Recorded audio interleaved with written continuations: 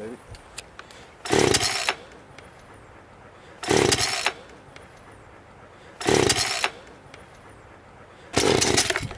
Come on, baby.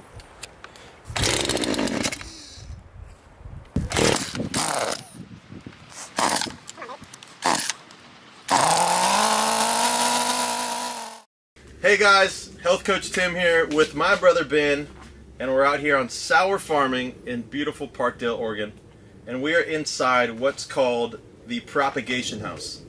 So bro, we got farmers market coming up in about 3 weeks, and most people who are going to be going there to buy your produce don't know what happens behind the scenes, and they don't see all the hard work that goes into growing their vegetables. So I was wondering if you could walk through what's going on here in the Propagation House, and then how is that going to get to people's plates?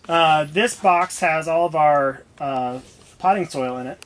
We actually buy this from Dirt Hugger now, which is exciting. We used to make it ourselves, which took a long time. And then what's kind of unique or different than a lot of farms is that we use soil blocks.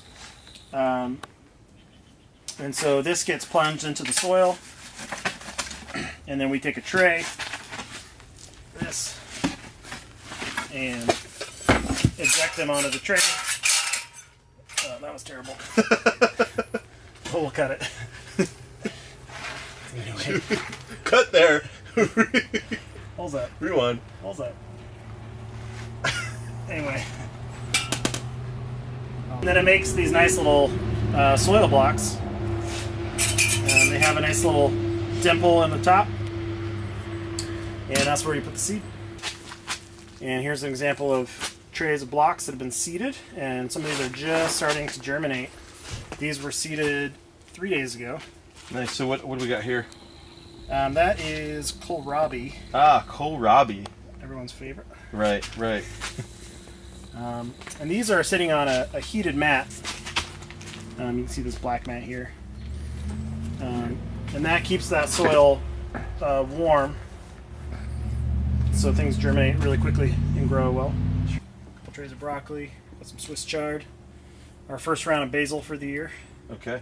How much more season are you able to take advantage of because you have a propagation house? Yeah. Well, there are some crops that we direct seed into the ground in the field. Yep. And then there are crops that we do as transplants. And we're able to get, maybe a month head start, something like that.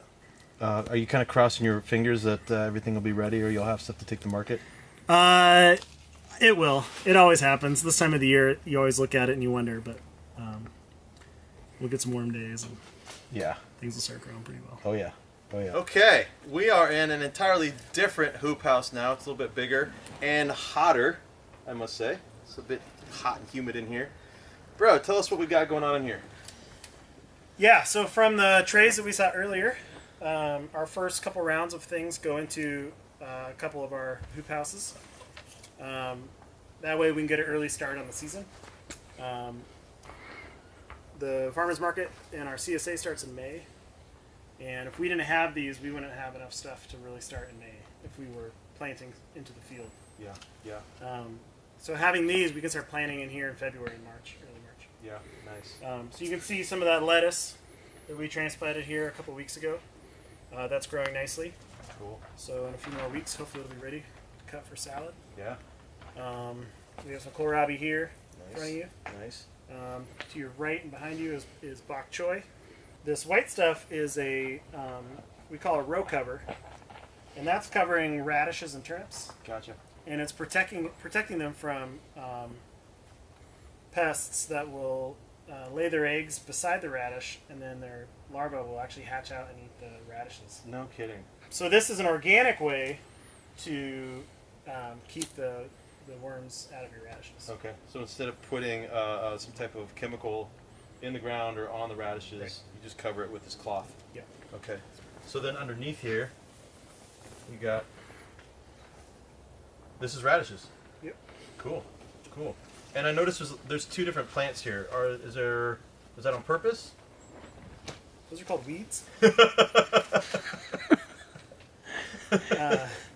Gotcha. So let's just go ahead and we'll cover that back up. Oddly enough, that's tomatoes from last year. Oh, no kidding. Yeah. No kidding. volunteer tomatoes. I wasn't supposed to uncover that. Yeah. All right. So, bro, a second ago you mentioned something called a CSA. Can you tell us what a CSA is? Yeah, CSA stands for Community Supported Agriculture, and it's a partnership between basically eaters and farmers. You are committing to a season full of eating from that farmer's CSA program. Okay. And so at the beginning of the season, you are signing up and often paying for the season's worth of vegetables and produce. Right. And it's great for the farmer because they get income early on before they have crops, when a lot of our costs need to be paid for. Yeah. All of our seed and fertilizer and equipment and stuff. Yeah. And it's good for the member because then they have a season full of fresh local vegetables. Sure. So, bro, essentially what you're saying is a CSA is a way for people to invest in a local farmer and also get a weekly batch of fresh, tasty, nutritious vegetables. Yes. All right. Sweet.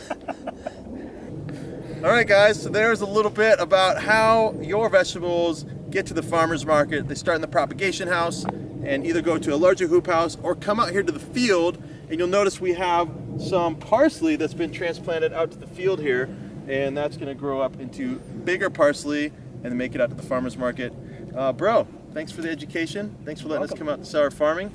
And now we got to get back to work. That's right. Always more work. Indeed.